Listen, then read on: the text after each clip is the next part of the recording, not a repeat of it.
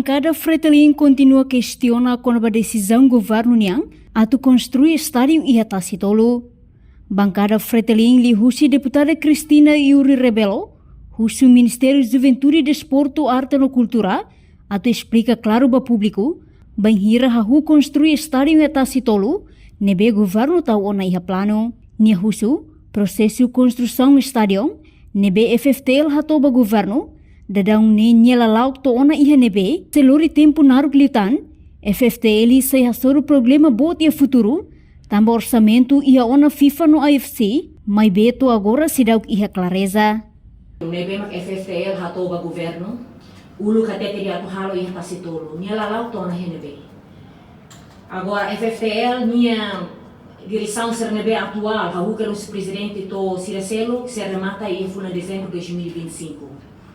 Se agora campo de anei tela halo banhira, no se karek ia na hanoi rumah to halo fatin círculo osia tasitolo então to halo henebe. Ita harema mos kata krai hane santibar liksa maubara fatin bar tebes, liliu raistadu. Se agora ita leva tempo naru glitang FFTL se hasoruli problema bot e futuro. Tamba orçamento ia ter no FIFA ou AFC. Se ita la halo agora, que dizer orçamento nem se frozen, não se for filha filfale. Cai de dene mai teni hakara. Se ita dia ato suporta desporto no juventude, mas bem dene haturu bomos kata kita será bel halo. Senhor vice-ministro, por favor, hato relava ministro ser nebe relevante. E cujiu halo. Portanto, ter observação nebe timapos acesso kata, processo construção do estádio refere, se ia coordenação entre parte governo e igreja, tamba ia informação kata, igreja lahatang, atau construir estádio ia fati refere, tamba tasitolo fati histórico no religioso para povo Timor-Leste. Reportagem Fifanya de Carvalho, Televisão Timor-Post.